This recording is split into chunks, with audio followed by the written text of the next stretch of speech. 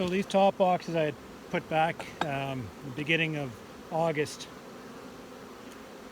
and at that time they were used to house the bees and to catch the incoming nectar flow. So I wasn't sure if there was nectar coming in or not beginning of August, and I can't leave them just in the single box beginning of August, because if there is a flow going on we can't plug up this nest. So we had put back this single box, and there's dregs coming in but not enough to actually worry about harvesting. So there's honey up here, and then I've come through and we've fed probably 5 or 10 pounds of feed into this top box.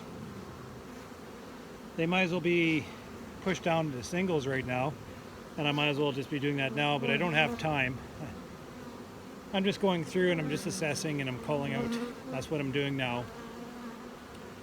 The rest of this week we're going to finish pulling honey, and the crew is going to help me with that. And after we're done pulling honey, there's still going to be the dedicated staff in the honey house working every day to finish it up before the kids have to go back to school.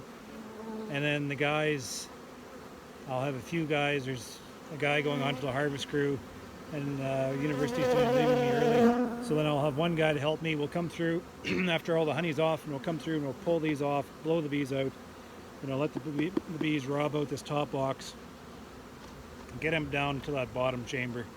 This is a little bit extra work, but it's the only responsible way of managing these colonies. Like, while managing the singles, I got to be for damn sure that they don't plug themselves out of nectar if there's like a second cut, or if all of a sudden we have a rain and there's a good flow starts to come on, or there's a sunflower field I don't see, or just all the circumstances.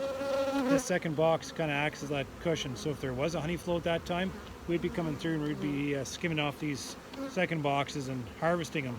But because there isn't enough flow to worry about that, we fed syrup into them. These colonies are out of production. We turn this honey box into a food box just to keep this nest down there sustained.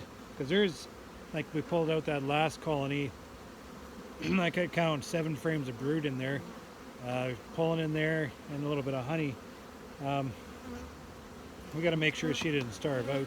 We got to make sure that she has enough space to build out this winter nest that I'm wanting to promote. So this just helps me manage those situations.